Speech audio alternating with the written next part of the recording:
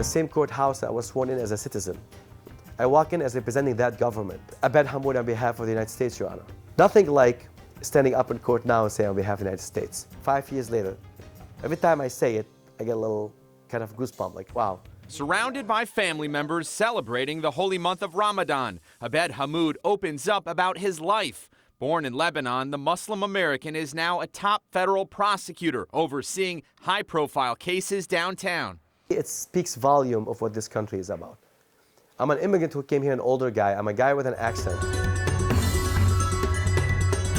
On the 8th day of Ramadan, his wife, 2 sons, sister, and other loved ones sit down to a traditional iftar dinner, also known as a nightly breaking of the fast. So this is an open seat, and that's an open seat. You pick which one you want. This year, falling from early June to July, according to the lunar calendar. Ramadan signifies when the Prophet Muhammad received the Quran from God. Every religion has its own miracle.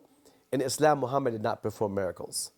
Muhammad did not cure revive the dead. He did not walk on water. He didn't do any of these things. He had the book that we consider his miracle in a way. Daily fasting from dawn till sunset is challenging, to say the least. The meaning of it is to become more pious, not just to stop eating or drinking. At the table, a feast of chicken, meats, rice, salad, hummus, falafel, fresh vegetables, grape leaves, and lentil soup.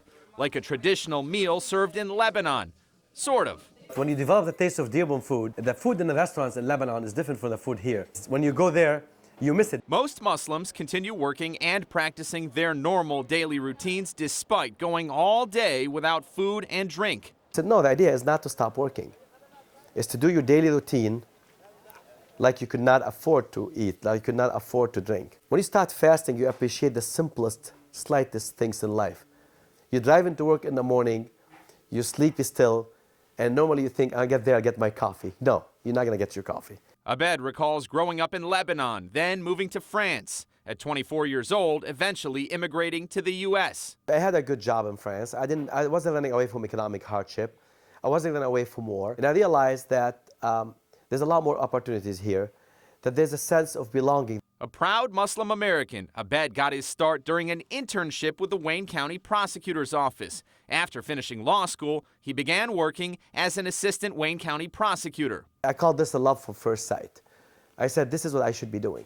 But he says that's also when he faced a type of discrimination from the very people he was there to help. And you can see the silent discrimination. The victim comes to court, asks, who's my prosecutor?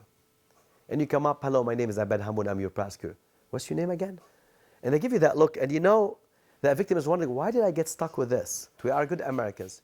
We are patriotic Americans. We came here, I can have an accent, but I can fight for my country in my own field more than a lot of people who were born here. Now, as an assistant United States attorney, Abed has access to top secret information in numerous federal cases. He sees that as a testament to America being the land of opportunity, especially since he wasn't born here. If I was back there still now, and I became a lawyer when I worked for the government as a prosecutor in Lebanon, I need to be in allegiance to some political faction, and I need to really give my kiss the ring of some big leader in order for me to be in my job. Here, I can do my job as a prosecutor without any fear of retribution from anybody. Or if I say this guy is guilty, nobody tells me, oh, we can't go after this person. I decide the case based on the evidence. Tracing back, Abed's parents were first to come to America in search of a better life. He followed in their footsteps like many other immigrants who now call Dearborn their home. If my family is in Dearborn, I'm coming to follow my parents. Why should I go to Nebraska? When you come here, you find people from your culture.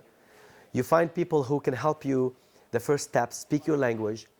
You find the stores that have your food. You find the mosques to worship.